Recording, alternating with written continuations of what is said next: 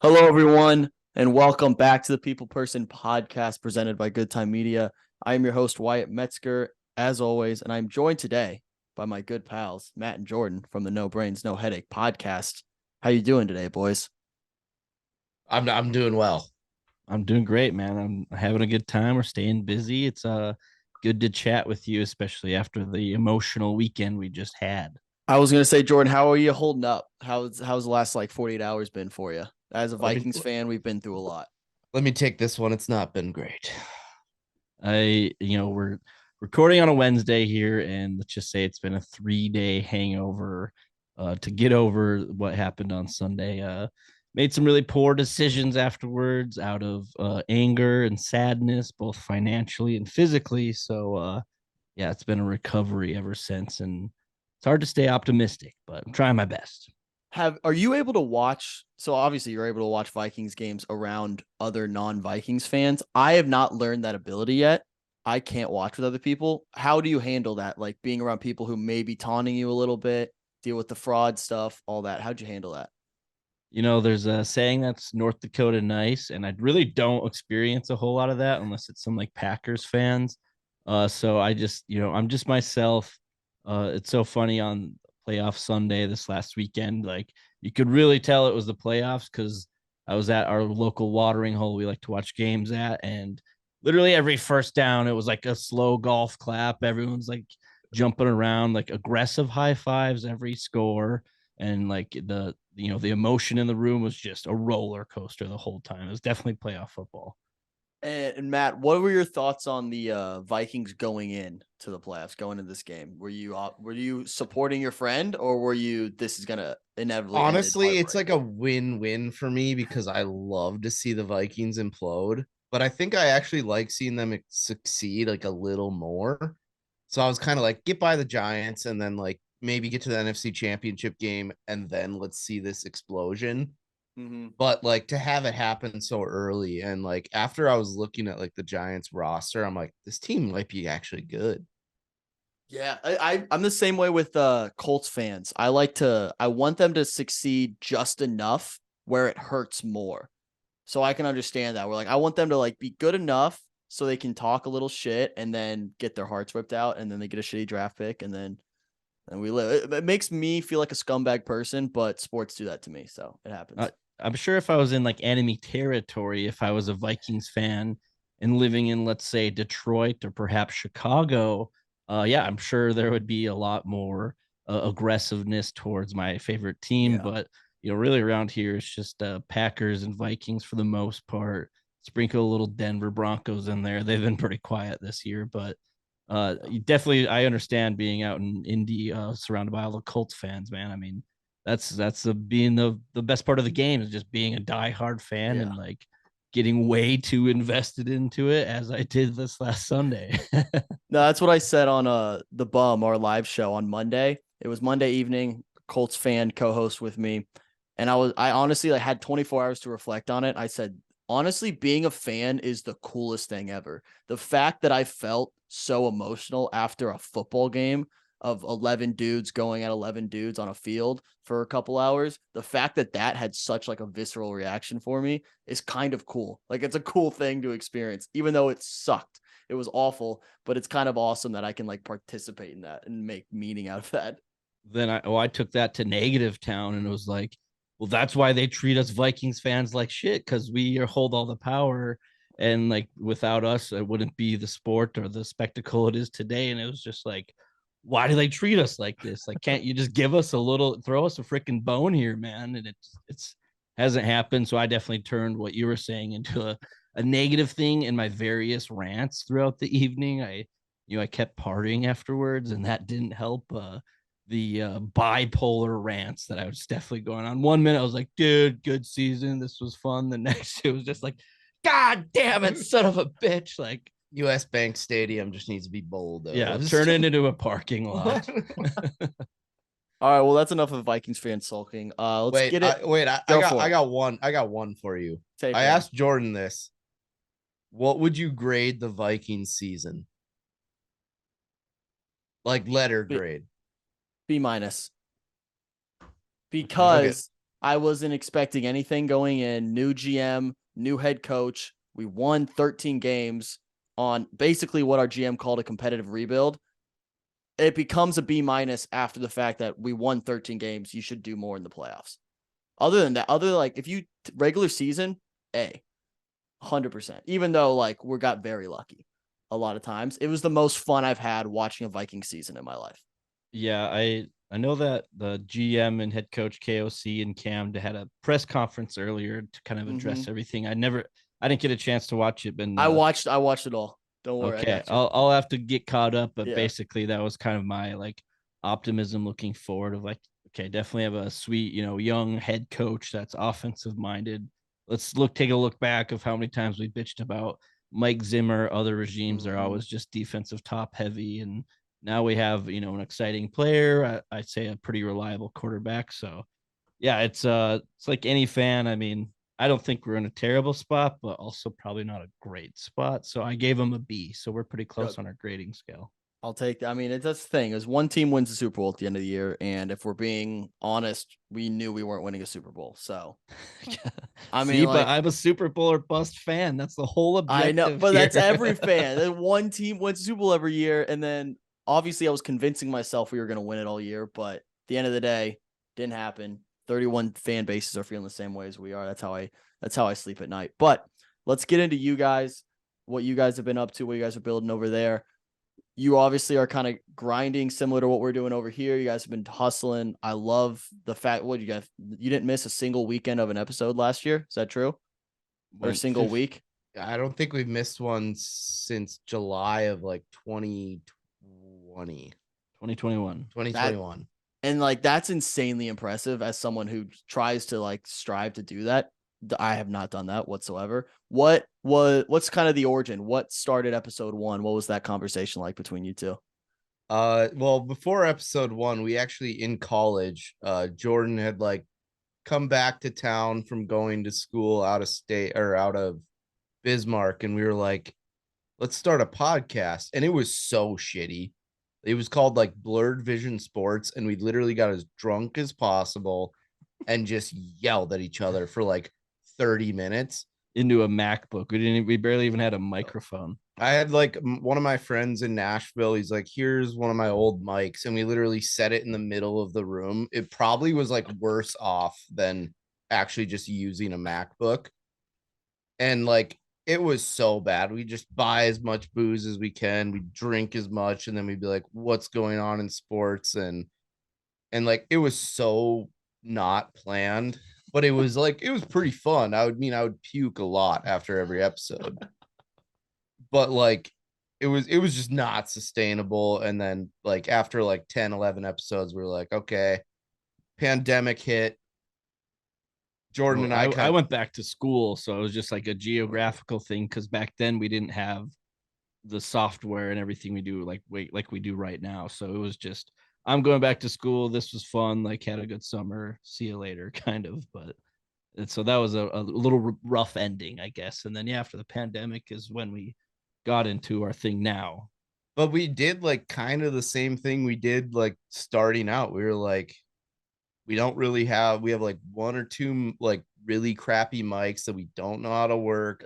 We don't know how to do anything. We sit in an empty room that just has like the worst echo of all time.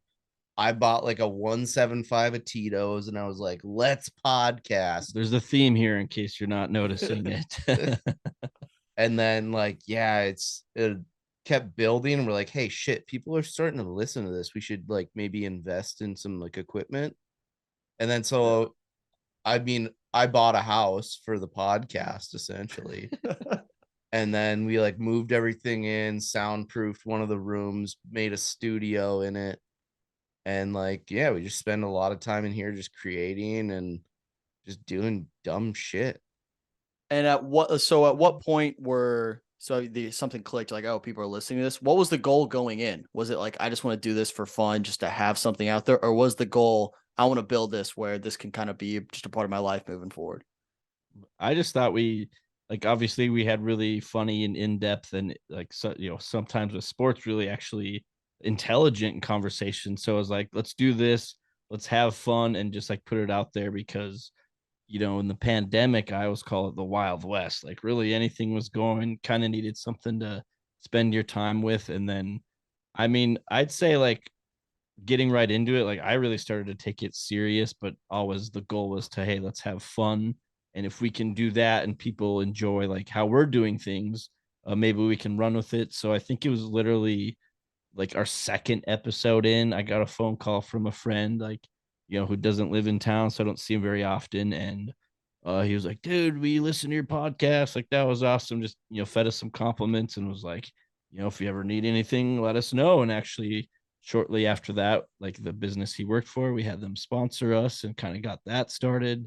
And like, we always adapt to the model of like, let's make ourselves look bigger than we actually are. So we didn't even take payment for those first sponsorships. So we were just like, I just want one to sound official. And we kind of took our favorite podcasts and radio shows and like mixed in those elements. And then literally episode 15 still is like one of our top ranked episodes. It's one of our good friends named Joe, and he's doing a lot of things in the entertainment industry. So like that one just popped off, like, oh shit, we have something here. And then, we kept at it for a long time, and there's been highs and lows. And a recent high, Wyatt, I told you, is your episode that you were featured on, No Brains, No Headache, was, or currently is, like a top 3 episode. So Hell we've kind yeah. of harnessed that now again, and we've done a lot of other things as well and like diversified. So it's fun and it's challenging and it's cool to like learn a new craft almost of the hardware and the showmanship and the professionalism that you have to put into it. Yeah, I think that's the thing I love about just doing the podcast, having guests on, stuff like that, where it's like I would have never met you guys if neither of us had a show. Like this just wouldn't have happened. I wouldn't know you guys, wouldn't know you existed. I mean, maybe eventually podcast gets huge. I would have known you guys then, but we wouldn't have met each other through that. That's been the cool thing. Do you have you mentioned your friend. Do you have your favorite guest who's ever come on the show? For me, I really like, there was one we had, it was actually an Indianapolis comedian, Todd McComas. He used to work for Pat McAfee. He came on and he was just funny as shit, just super down to earth. He's like, here's my number, just text me. And like, I'm like, obviously I haven't texted him, but like, he was just so funny and just like would say anything and like just a nice guy. And I was like, I never really expected that from some of the guests because like we get some like decent sized guests, and I just never expected that. Like people are pretty normal. How about you, Jordan? I would probably say I'm gonna give a little appreciation to somebody who's listened to us from the beginning. He's a Raiders super fan. He goes by Scar Raider. And I just say that because it's kind of one of those things where we kind of knew each other a little bit because we're from the same town, but he started listening to us, and then that's how we built our friendship. And then ever since then, he's hooked us up with so many different opportunities. Like the current job I have is actually he hooked me up with that, and then they've helped us out by supporting us via sponsorships and like venues for our other stuff and live recordings and stuff. So he's probably one of my favorite guests because we love him and he loves us too. So it's one of those mutual relationships. We're both helping each other out. Sweet. And now obviously you guys do other stuff outside the podcast. How has that helped or like just kind of boosted and molded what you do, whether it's stand up or other stuff, live stuff? How has the podcast kind of grown into other opportunities? I mean, I love it because it's just a break. It's like I like my job. It's I go sit in an office and I do that work, but then afterwards, even if I'm tired, it kind of like reinvigorates me. It's like I'm back. I can Yeah. do this from 5 p.m. to sometimes we get after it. And it's just like I can have fun with it. It's like 2 separate lives, but like it's funny because I'll go to like a work happy hour and some guy will like walk by and be like, hey, no brains, no headache. And like the people I'm with are like, do you know who that is? And I was like, I have absolutely no idea. That's the coolest thing ever. If someone ever like notices you for something you do and you don't know who they are, you're like, fuck yeah, dude, I did it. That's it. Yep. Some lady at the bar one time, Matt and I were it's like bellied up at a pretty fancy schmancy place, I guess, and we're just gonna grab a beer and a bite, and like I don't know, we were kind of hollering a little bit, and I guess I have like a bit of a deeper, like unique voice, and she like kind of like noticed us because she heard my voice and then like knew exactly who we were and like listened to us, and it was just like, wow, that was crazy just to be in a public Yeah. spot and somebody recognizes your voice. Like, Yeah, she was also shit faced. which was even better. Like that's what makes it. It's But like, babe, no headache. It's like, no, I think.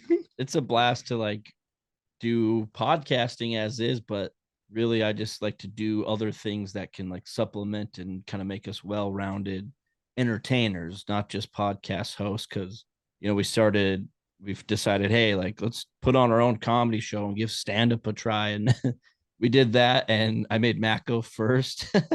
And like just that classic saying, cliche as can be, but it's so true, of get out of your comfort zone. And that was it, of like, okay, let's put our stuff to the test here, see if we can actually do it. And I mean, I think we both like grew so much from that first show and then beyond. I mean, because you put yourself out there, kind of see how you react, and then if you plan and prep for it, you can actually do a pretty good job at it if you try. And I think we've impressed ourselves a few times. We're like, oh, can't believe how well that worked out. And but we've also done other stuff where like we volunteered our services and like we got some good experience, but sometimes it didn't always like pan out in the most glorious way. So we've paid our dues here and there. Yeah. How long have you, go ahead, Matt. Yeah, I mean, so I'm pretty pessimistic. I mean, I'm wearing a sad boy season hat. And like our first comedy show, like I like get there and like people start showing up. I'm like, Jordan, there's a lot of people here. Why though? It's like they paid to be here. They're gonna watch you. And I'm like, oh, okay. But why? Yeah. That's a big question. You asked that, like, even me, I'll be like, why am I doing this? Period. Like, not even like, why are people watching? Like, why am I doing like, and then you realize like, oh, like what do I enjoy about this? And you kind of have to break it down that way. There's a lot of introspection that goes on when you do what we do, I think. Yeah, I'm an existentialist, so I'm constantly like, what is going on? Yeah. What's the purpose here? And like, why am I at this exact spot at this exact time? And probably got to lay off the peyote a little bit, but it never hurts. And how long have you guys known each other? So we're 29 now, and I think since we're about 4 or 5, somewhere around there. Our dads went to high school together, so I mean, different high schools, but are about the same age. Yeah, so they partied with each other back in their day, and then just kind of stayed in touch over the years. And then Matt, through our parents, we met before we even started school, and then we went to school with each other from kindergarten with a little break there because I transferred to public school, and then back to kindergarten to through high school actually. So graduated high school with each other, and then I guess I've moved around a little bit, and Matt's always Jordan went to an actual college, and I went to this college.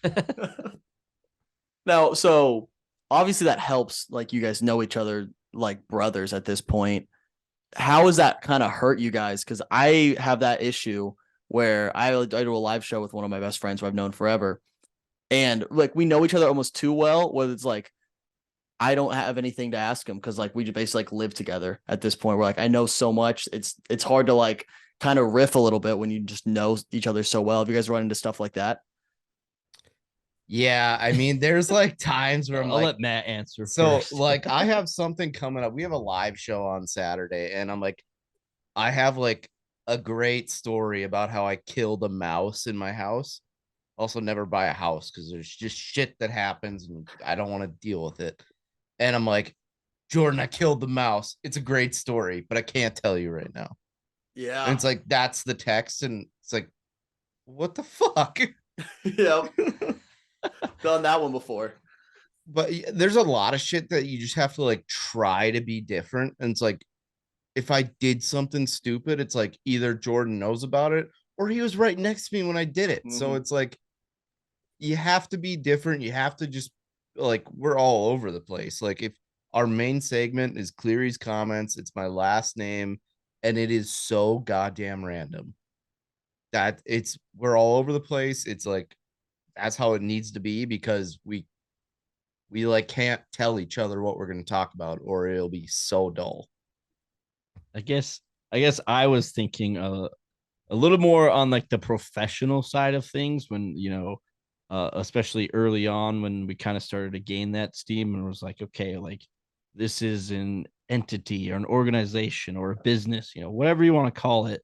It's like, okay, we gotta like, we are the HR department, we're quality control, we're accounting, we're sales. I mean, it's like you're doing everything, and it's just a fun hobby that you started with a friend. Now it's evolving into a business, and like since we're so young and we're still pretty young and inexperienced, especially when we started, like I guess I threw myself into the leadership role or like the driver's seat of hosting and kind of producing and learning how to edit and stuff. And then, I have a sales background. So naturally, I was like, you know what? I'm going to sell this, the product we have, our podcast. So right away, it was like a really hard balance of me controlling my anger. First of all, I would admit right now I have an anger issue. Okay, Matt, don't have to look at me. But I like it was like, okay, how do I like manage my best friend to like get the best out of him in a positive way? Because that was so hard at the beginning of like I would just get upset about like random things of like we need to do it this way or we need to do it that way. I'm a bit of a perfectionist, and it was just like, okay, I'm this is my best friend here. I don't want to lose like a friendship over like Yeah. something as silly as this, but like I want a really good product. How do I like balance that and get that out of like my best friend in a positive way, I guess, because Yeah. right away it's like stressful. You don't know anything and things go wrong, and then you invest all this time and energy and it goes wrong, and it's just like, oh my goodness, like I just want this to go well, and you have to make it work and become like your own boss and figure out how you're going to delegate pretty much. Yeah. No, that's really interesting because it's easy. I feel like when the stakes are low, it's easy to kind of goof around and kind of make light of certain decisions or whatever. And then all of a sudden, people start listening, stakes are a little bit higher. And I think a part of learning as you go, at least what I figure is like you're gonna fuck up so many times, but it's hard to do that when like you're fucking up and maybe you want to blame your best friend who's also your co-host, or you want to blame yourself, but you don't want to. No one wants to blame themselves, so you kind of lash out a little bit that way. I can't like a lot of times maybe I take that out on myself, which better or for worse, I don't know, but I can't imagine that's gonna be tough to balance. Just like this is my best buddy from as we were since we were kids, and then all of a sudden like we have to now we're in this. You kind of didn't plan to be in this kind of business mindset with each other, and then all of a sudden you are. Then you got to balance that. And I will say, I mean, that was definitely just at the beginning of the show. Yeah, Like Yeah. definitely the first couple of months, it was like, okay, how are we gonna fly this ship together? It's been awesome since. Like now we've definitely found really humorous ways of like getting our point across to each other. And like and most of the time it's like, okay, I fucked up, you can be pissed at me or vice versa, like that one's on me, I'm sorry. And really you just got to learn from your mistakes. Another cliche saying, get out of your comfort zone, learn from your mistakes, because that's just the way to do it. And like I've come to the realization that like I'm pretty relaxed. Like something happens, I'm like, ah, that fucking sucks. Let's move on. And then Jordan will be pretty mad, and he'll be like, I'm like, I'll give him 4 hours, and he'll be like, you know what, I'm okay now. yeah. I drank 12 beers, I feel a lot Yeah, better. no, I'm doing well now. Kind of change of pace. Do you guys have a dream guest to have on, either separately or together? I could say Jordan's right now without skipping a beat. Okay, go ahead and then I'll give who I was gonna say. Artie Lang. Oh yeah, dude, I am deep into Artie Lang right now. I've been reading his book. We're actually gonna do a book review for next episode. And by the way, Matt, Okay, and well, I'm pretty convinced I don't know how to read. yeah. Like I tried to read out loud to like a coworker the other day, and it was like, I'm like, this is fucking hard. Like in my head, I can do it, but out loud, not much. Artie Lang for sure. If anybody doesn't know him, check him out. Comedian. He started in Beer League. He's been in like Old School and Elf and stuff. But I agree, Matt, but like within reach and within the near future, I would say Paul Allen, voice of the Minnesota Vikings. Wyatt, you're Yeah. probably familiar. Oh yeah. And obvious because I'm a Vikings fan, that's great. But like, I listened to a show so much starting about 10 to 12 years ago. I listen to it every day. I love the way he approaches it. I love his voice. I think we take a lot of elements from that 9 to noon show of like the random sound bits we have here and kind of the segments. Like we almost treat it like a little bit of a radio show in a sense because my inspiration is from Paul Allen and his radio show. So that's my dream guest. For dream guess, that's actually tough for me because kind of like I've messaged so many people, and I know you probably do the Oh same thing, yeah. but it's like you get maybe an answer like 1 of 20. Oh yeah. And 100%. I have shot so many shots, but I think if I had to have a dream guest, it would be someone like very personal to me. I would say like his name's uh God, now I'm blanking on it, but What? What do you mean? You This forgot happens. his name? I think yeah, he had a couple drinks. I'm pretty sure his name is Michael Porter. that's a very The NBA are you talking about star? a comedian Yeah. with the Chris Porter. Chris Porter. His stand-up is still my favorite stand-up of all time. It's called Ugly and Angry, and it's like it fits me to a T. Like he hates stupid people, old people, families that have entirely too many kids. It's like it's so up my alley, but it's also like he's the hardest guy to get in contact because he'll just be like, I'm gonna take 4 years off and like just like go to Tibet or something. And I'm just like, I can't deal with that because I don't know how to get in contact with you. But it's like that guy, I just want him to like scream at me and tell me about how shitty I live life. sounds like a dream. Yeah. It sounds awesome. Sounds so much fun. That I forgot his name. Yeah. I mean, I've had 4 beers since we started this It's- interview. So It's usually the theme of like comedians is kind of definitely what we've been Yeah. going with lately for our guests. And then, I mean, that definitely plays with our style of doing stand up. And we actually have a show coming up in a few weeks. So that's fun to look forward to. But comedians are definitely, if we had a niche, so to speak, comedians are a majority of our recent guests. we actually had to change our podcast like category at one point was sports news. Oh, I don't know what mine is. Yeah, it's I'm gonna kind of, check. and so it was like sports news, and then we came up on this chart and we were like, I think the highest we got was top 40 sports news podcasts in the world. And I looked at the episode that was like trending, and I was like, Jordan, we didn't talk a single thing about sports in this episode. I was like, eventually we got to change it. Like, not now, because I mean, we're trending pretty well right now, but it's like we probably need to change it because, like, literally, we talked about like me having dysentery and like Jordan having a bad review at a restaurant that week. Which because it gave me dysentery. Yeah, Yeah. one and the same. What's the category now? I just checked. I'm a comedy interviews. I think we're just straight comedy. Okay, cool. We're not in competition then. I'm gonna be Yeah. #1 comedy interviews. But if we are ever in competition, we're coming for you. So You're so fucked, dude. yeah. You're so done. If I get I can't yeah. deal with the green background and the good time flag. I Like- only have OJ Simpson and Marion Hossa. The best part about this green screen back here is it's never been used as a green screen. Not once. I bought it because I needed a giant banner when we were literally in the attic. Our first headquarters was in the attic, like right above me. And it was just wood and like attic shit in the back. I needed a giant sheet. So I just ordered a giant green screen. It's never been used as a green screen. It could be any color. And I know right now you're sitting on what appears to be a Target futon. Is it the most uncomfortable futon of all time? So I've slept on this quite a bit actually since I moved in here because I'm addicted to the grind.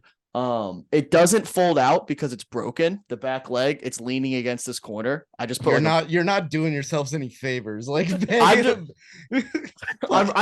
building the story of like Elon Musk slept in a warehouse for 3 months before he started Tesla. Dude, go online. You can get a couch for like actually probably free. They'd probably deliver it to you in some cases. I might have to upgrade soon. We were on an even shittier couch last summer.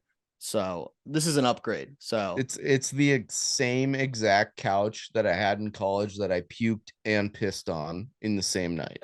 Haven't puked, only pissed on this one. Okay, I don't think I've pissed on it, not that I'm aware of. The problem is it's kind of getting gross because a punishment I do for my live show is I have to go take cold showers every now and then, and the shower is right there.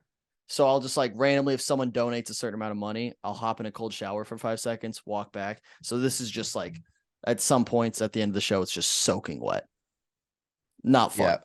I'm not a big science guy, but that's definitely how fungus starts. Also, if you puke on a couch, you should probably throw it out.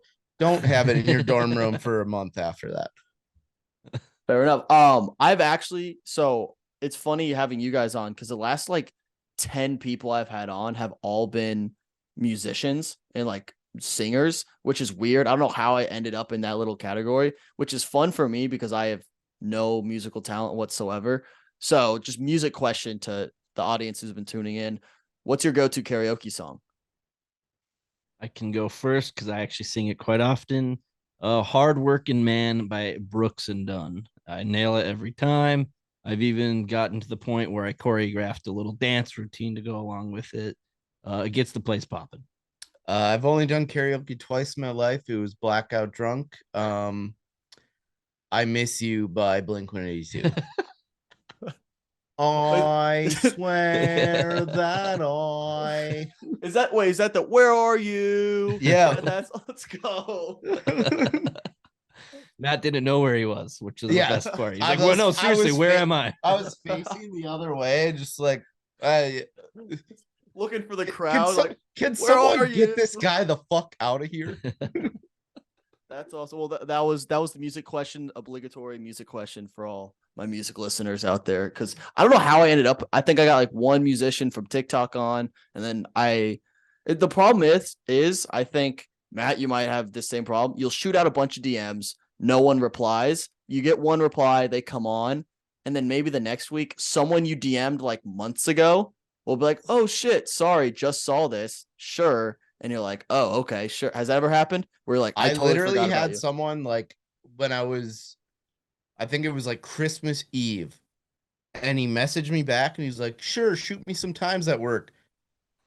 On and Christmas Eve. It was 14 months earlier that I had messaged him. And then I messaged him. I was like, Jordan, I sent him like 5 dates. Let me know what time, like, we'll make it happen. And just nothing after that. It's like, oh, thanks, man. It's tough. Well, that's how it goes. Like literally, and then we always go back and forth. Matt definitely puts out way more volume than I do, but like that's funny you say you're musicians because knock on wood, probably gonna jinx this and they're gonna cancel. But I just booked back-to-back musicians for our next 2 guests. So that's just how it goes. Sometimes you got to strike when the iron's hot, and it's like and pile them up. Getting guests is the worst goddamn thing on the planet because like I literally listened to our last guest, James Camacho, actually like 6 or 7 ago. He was talking on his podcast how it sucks to get guests, and then he showed up like 45 minutes late for our interview, and I was like, I mean, thanks for coming, but what the fuck, man? It's the worst part of this. You're just like, because I'm literally going week to week at this point, and it's terrible because like I rarely can like schedule out a couple weeks. I'm like week to week. It's Tuesday. I'm like, I need an episode recorded by Monday. How am I going to figure this out? I'd probably be better served if I just like plan it out for a couple months, but it's just week to week, and I'm just annoyed at all these people who just don't reply ever. Yeah, we're happy to come out of the bullpen for you anytime you need. Yeah, us. I'll leave you guys on deck at all times, just whenever I need you. Perfect. That's all we ask. Now, question for you guys, a few more here. 5 years from now, what's what do you guys got going on? What's it look like? What's the studio look like? What's the dream? Yeah, that is a Jordan question for sure. Is that when I look at you, that's going to give you the cue to go ahead. But I guess 5 years would be a decent timeline of obviously, I think we want to keep doing our comedy, but we were just talking about this. 5 years would be a good time for us to bring a comedy venue specific for comedy to Bismarck, North Dakota, because there isn't one here. There's one out in Fargo, North Dakota, to our east. So I think like what we're doing with our podcast, and we offer media services as well, to promote and help out with social media and anything we can that way. If we keep that up and hopefully keep growing, I think it would be a fun like project and venture to like do a comedy venue here, because booking all these guests for your episode, that's good like training and practice for eventually booking talent for bigger shows and other types of events. So I think that would be fun, and then we could still continue with our podcast and like still continue everything, and it'd just be a nice and wrapped up in like a comedy club setting. And at that point, we don't even have to do comedy necessarily anymore. Like if we choose that's not where the direction we want to go, I would still think it'd be fun to do that. And hopefully no brains, no headache is like, the brand behind it. We'll have to see. Yeah, I mean, as a family that comes from politics, I'll probably need to stick to comedy. Like I got a lot of skeletons in the closet. I pre-canceled myself, so I mean, uh, I think like that. I love that idea of like, hey, let's start a comedy club. Let's like get people here. It's like I love doing this for fun, but it is also great to get paid for it. Yeah, 100%. You say pre-canceled yourself. An idea I had, I threw out on the show the other day. Someone should start a podcast, and the first 2 episodes, they just say the most foul, out of pocket shit they've ever thought of in their lives. And then episode 3, they just start out and just like it's a normal podcast. And then like Essentially, they get it out of the way. that's what Andrew Tate has done with his entire life. Yeah, the Andrew Tate model. Just be an asshole, be a scumbag human being for as long as possible, and then eventually just try to. Everyone loves a comeback story, I guess. God, I fucking hate that guy. The worst human being ever. And even worse than him are the people who listen to him. If you ever do top tens of worst human beings of all time, I'm there. I am there. So goddamn fast, I am there. Myself I'll add being you to the probably list. number 4. I was like, well, I'll do the list. You can come on top 10 Tuesday sometime. It'll be good. We've added a wheel though to the show. I don't know if you've seen this. So now we don't know what the list is going in, and then we have 2 or 3 minutes to prep of rankings, which is terrible for us because people shit on our list anyways, and now our lists are just way worse. Oh yeah. You went on a streak of just having hot lists. Like I was like, Wyatt is blowing this out of the water. There was one that I think I commented on it, and I was like, Wyatt, you should maybe find something else to do because this is the worst fucking thing I've ever seen. That's when I just gonna go full just like troll mode and just what can make the people the most mad. Christopher Columbus is my go-to. Everyone hates on that one. It's my number 1 American. That's people love hate on that one. Yeah, I can respect that because like I have some pretty goddamn stupid picks for our game, the Olympics. We do Olympics where we rank gold, silver, bronze, lost in the medal round. And I'm like downright stupid picks. But like some of yours and some of the other people you have, I'm just like, how in the hell did that make it into your mind? And what are you doing with your life at this point?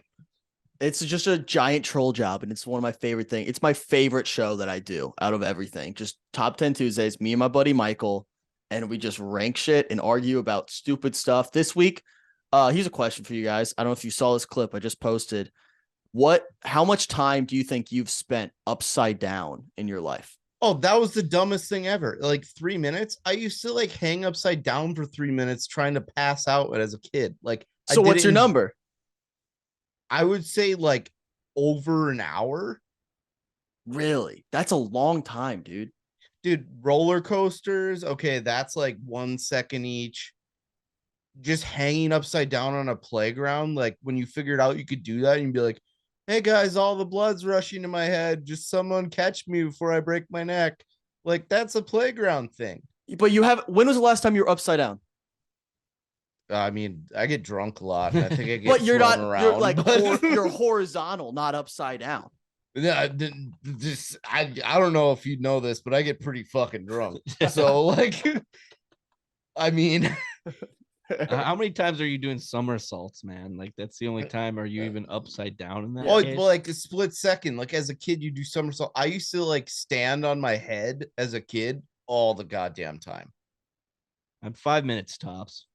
Yeah, that's what I'm thinking. I'm over an hour. I bet if you give me a month, I could spend over an hour upside down. I'm sure you could. I mean, yeah, that's not the question. Is how long can you be upside down? It's how long have you? This isn't a challenge.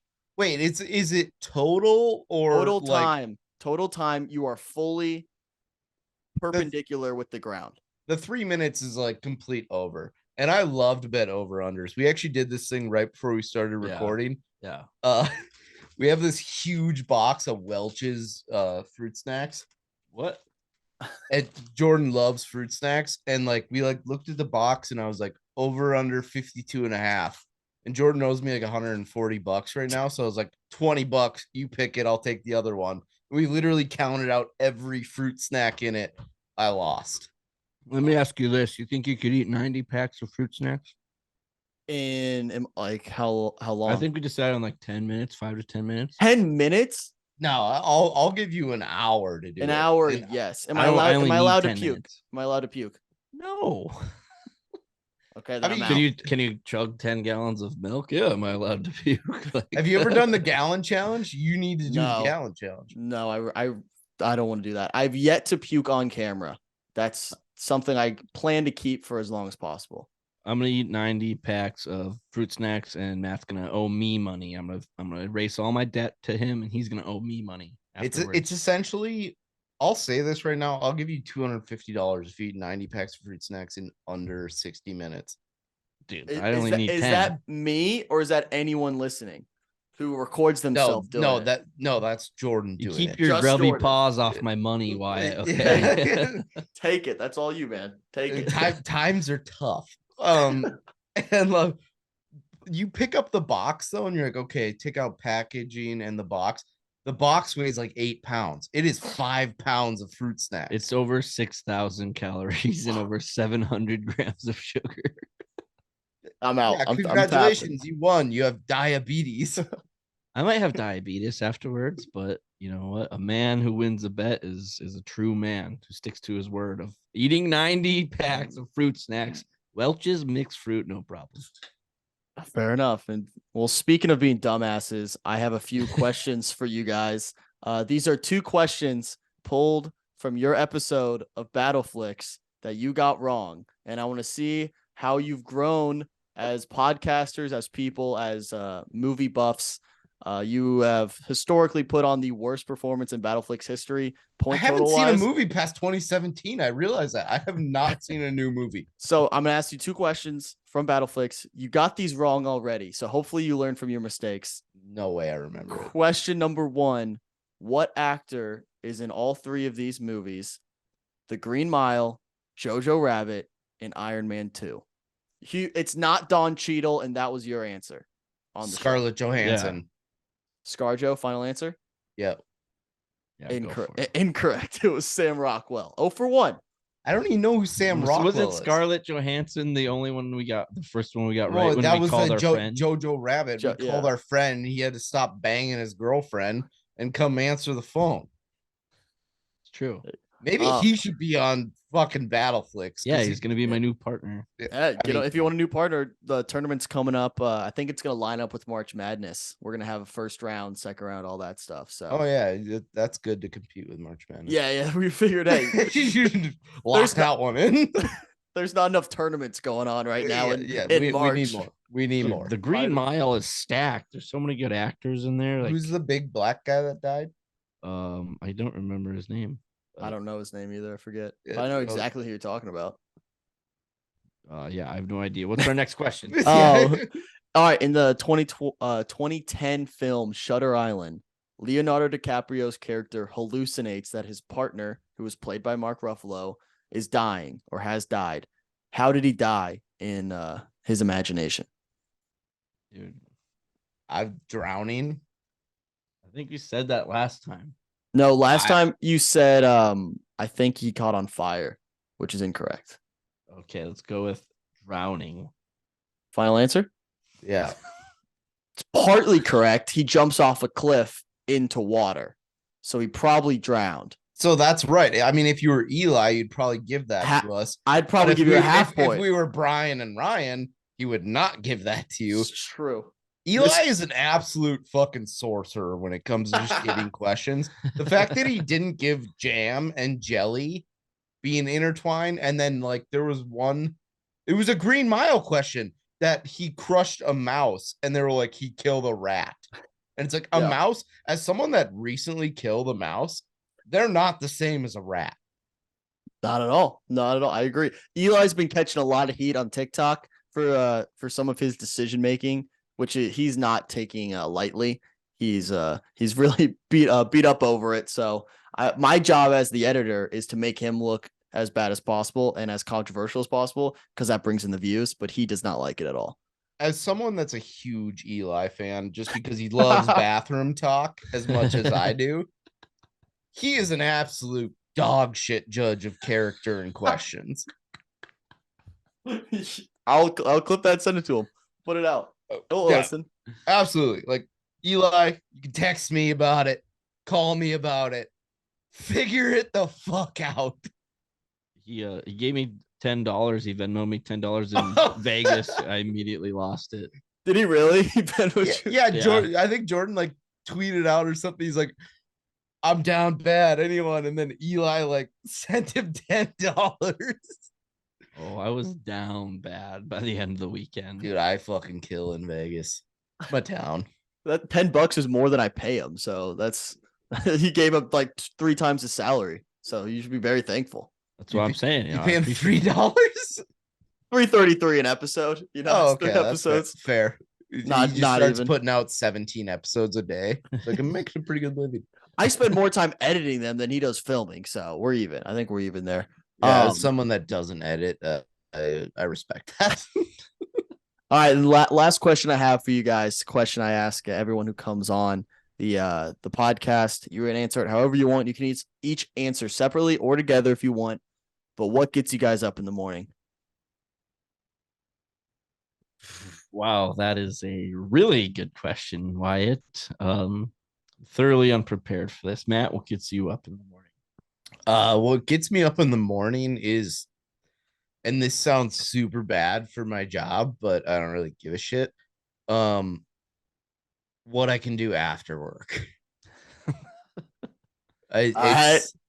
It's so fun. Like I know I have something planned after work. It's what I'm gonna do in my free time. Essentially, like even on a weekend, it's like, what am I doing now? And even if it's being a sack of shit the entire day and like watching an entire series on Netflix, that's what I'm excited for. That's what gets me up in the morning. Oh, okay. That's an answer. That certainly is an answer. Nailed it, Matt. Short answer for me would be my internal clock. I never set alarms. I just kind of wake up at a certain time, unless I'm up drinking all night, mourning the loss of a Vikings playoff game.